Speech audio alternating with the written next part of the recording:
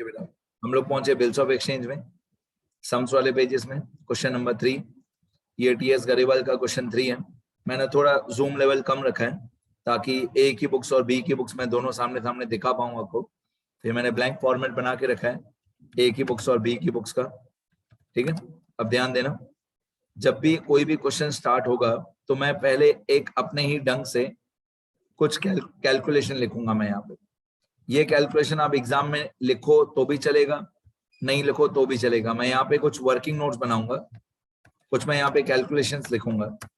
ये कैलकुलेशंस की कोई मार्क्स नहीं है, ये आप लिखो नहीं लिखो आपकी मर्जी है। तो मैं यहाँ पे कुछ क्वेश्चन रीड करके सारे कैलकुलेशन लिखते जाऊंगा।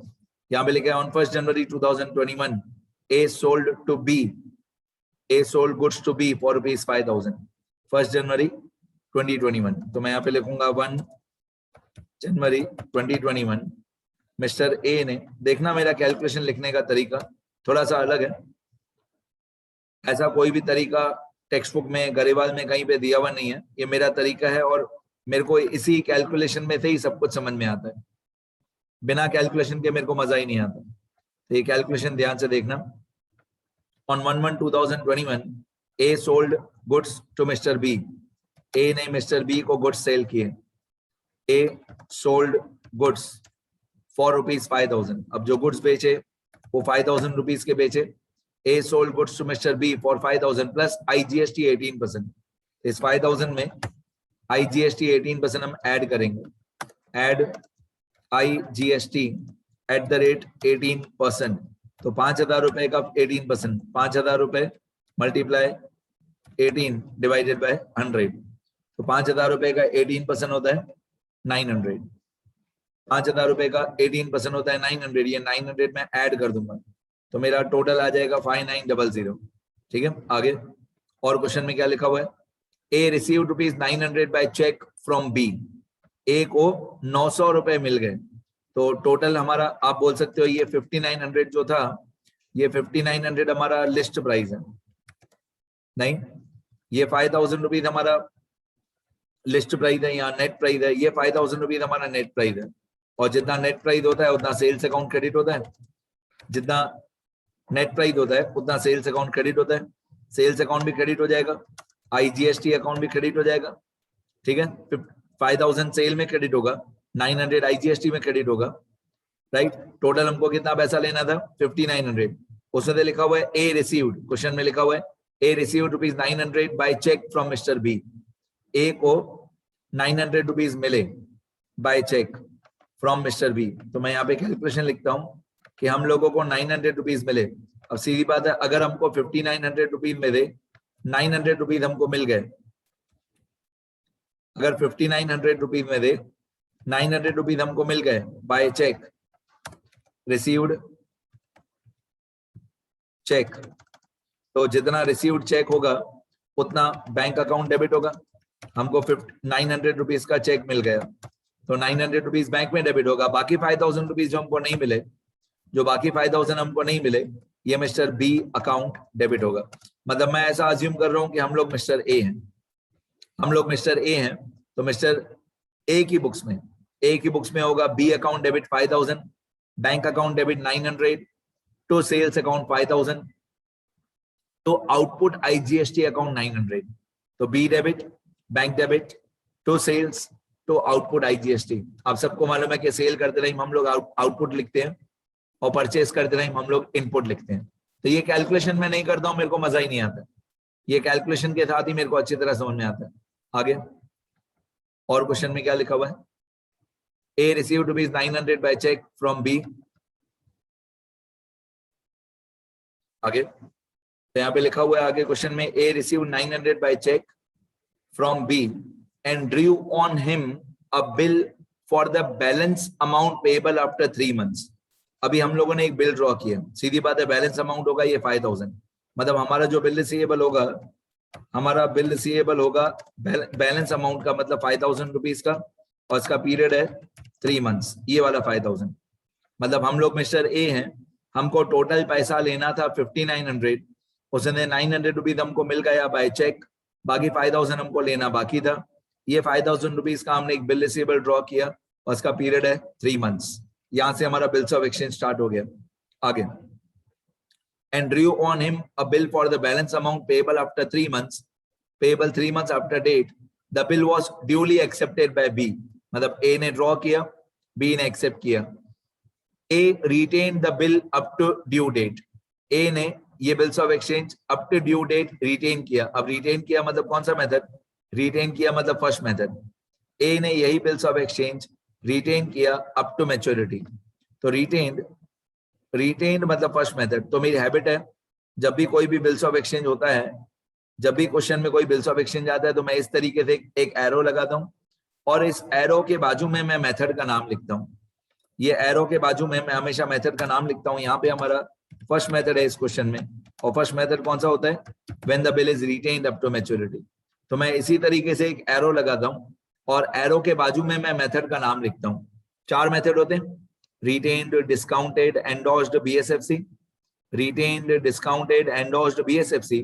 तो मैं हमेशा बिल रिसीवेबल के नीचे एक ऐसी एरो लगाता हूं और एरो लगा के साइड में मैं मेथड का नाम लिखता हूं, और एरो के नीचे मैं हमेशा ये लिखता हूं, एरो के नीचे, कि बिल जो है वो ऑनर हुआ या बिल जो है वो डिसऑनर हुआ। वो मैं एरो के नीचे लिखता हूं हमेशा। ठीक है, हमेशा मैं कैलकुलेशन ऐसे ही करता हूं। आगे फिर लिखा हुआ है A retain the bill till due date. मतलब मिस्टर ए ने ये बिल 3 महीने तक अपने पास ही रखा। On due date the bill was paid. On due date the bill was paid. कौन पे करेगा? मिस्टर बी पे करेगा। अब पेड या मेट या ऑनर्ड एक ही बात है। तो यहाँ पे लिखा हुआ है on due date the bill was paid.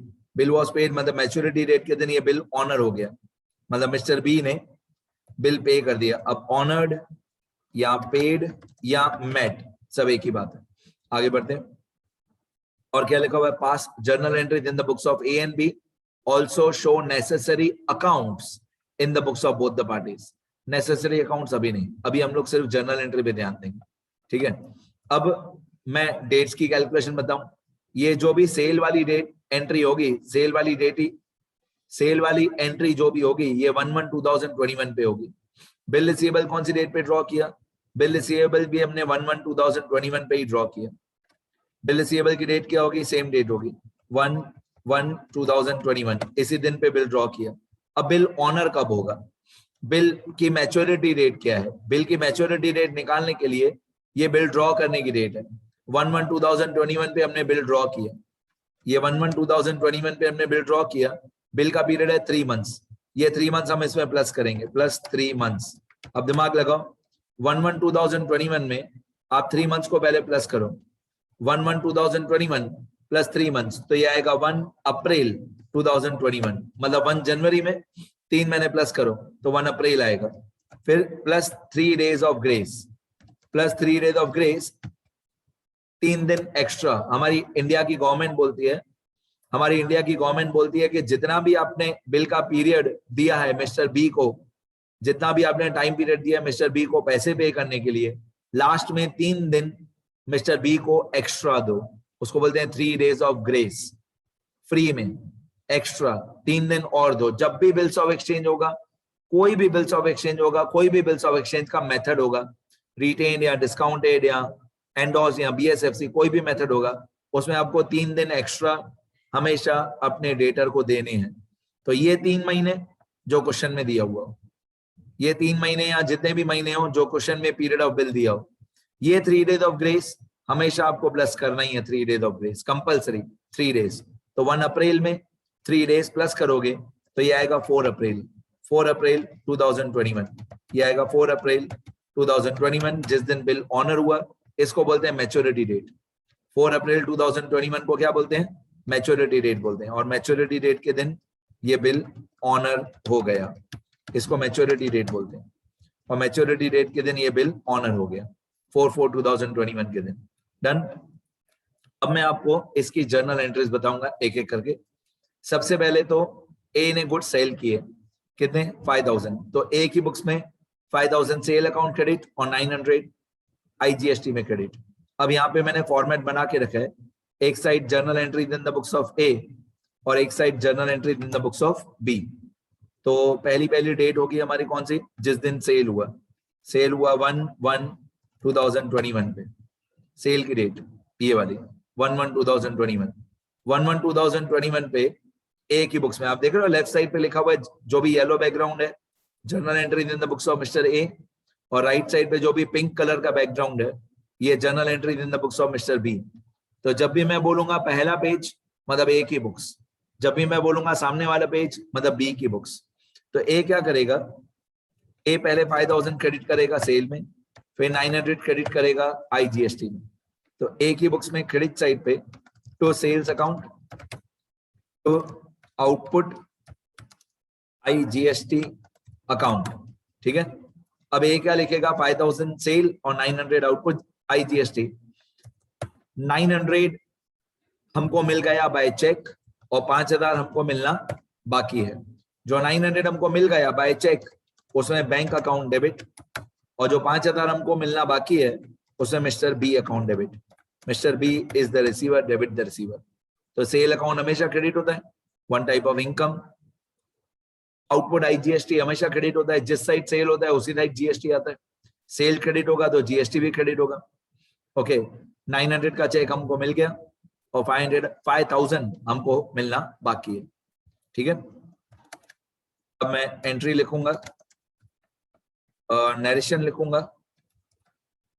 Narration में मैं लिखूंगा being goods sold to mister B. बस नरेशन काम का नहीं होता है, जितना शॉर्ट एंड स्वीट हो उतना अच्छा। अब सामने वाली बी की बुक्स में, सामने वाले पेज पे बी की बुक्स में, तो बी की बुक्स में एंट्री क्या होगी, बी की बुक्स में बी क्या लिखेगा, बी लिखेगा 5000 परचेज में डेबिट, 900 इनपुट आईजीएसटी में डेबिट, फिर 5000 टू मिस्टर ए, 900 बैंक। मतलब जो सब डेबिट हुआ वो यहाँ पे क्रेडिट हो जाएगा, और जो सब क्रेडिट हुआ वो सामने वाले पेज पे डेबिट हो जाएगा। डेबिट क्रेडिट उल्टा हो जाएगा। जैसे पहले पेज पे है सेल अकाउंट क्रेडिट, तो सामने वाले पेज पे होगा परचेज अकाउंट डेबिट।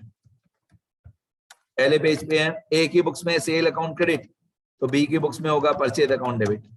फिर ए की बुक्स में आउटपुट आईजीएसटी क्रेडिट, तो बी की बुक्स में होगा input IGST debit, input IGST account debit. फिर पहले पेज पे है बैंक अकाउंट डेबिट, तो सामने वाले पेज पे होगा bank account credit to bank account, to bank account. पहले पेज पे है मिस्टर बी डेबिट, तो सामने वाले पेज पे होगा मिस्टर ए अकाउंट क्रेडिट, मतलब टू मिस्टर ए अकाउंट। पहले पेज पे नरेशन में था बीइंग गुड्स सोल्ड, तो सामने वाले पेज पे आएगा being goods purchased from mister A, being goods purchase from mister A. तो ये मैंने नरेशन वगैरह भी लिख दिया, एंट्री भी लिख दिया। ये पहली एंट्री हो गई परचेज और सेल वाली, ठीक है। दूसरी एंट्री ट्राई करते हैं, शुरू करते हैं। पहली एंट्री मतलब ये पूरा जो कैलकुलेशन था, ये जो पूरा कैलकुलेशन था, ये एंट्री 5900 दोनों की बुक्स में हो गई। अब ये बिल रिसीवेबल ड्रॉ किया हमने 1/1/2021 पे, तो हम लोग लिखेंगे 1/1/2021। हम लिखेंगे कि हमको 5000 रुपए का बिल रिसीवेबल मिला। किससे मिला, मिस्टर बी से मिला। तो हम लिखेंगे bill receivable comes in, bill receivable is our asset, bill receivable account debit, bill receivable आया हमारे पास, डेबिट व्हाट कम्स इन, किसने दिया, बी ने दिया, to mister B account, B is the giver. हम लिखेंगे बिल रिसीवेबल आया 5000 का, किससे मिला, बी से मिला, bill receivable to B, being bill receivable received from Mr.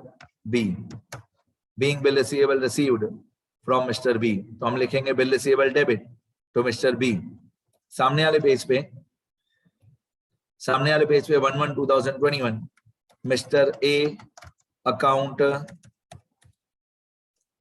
debit, Mr. A account debit to bills payable account, क्योंकि मिस्टर बी के लिए बिल्स पेबल लायबिलिटी है, अमाउंट 5000।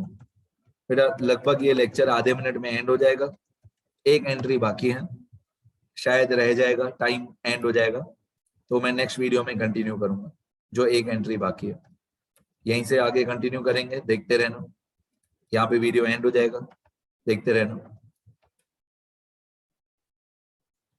एक एंट्री नेक्स्ट वीडियो में बता दूं।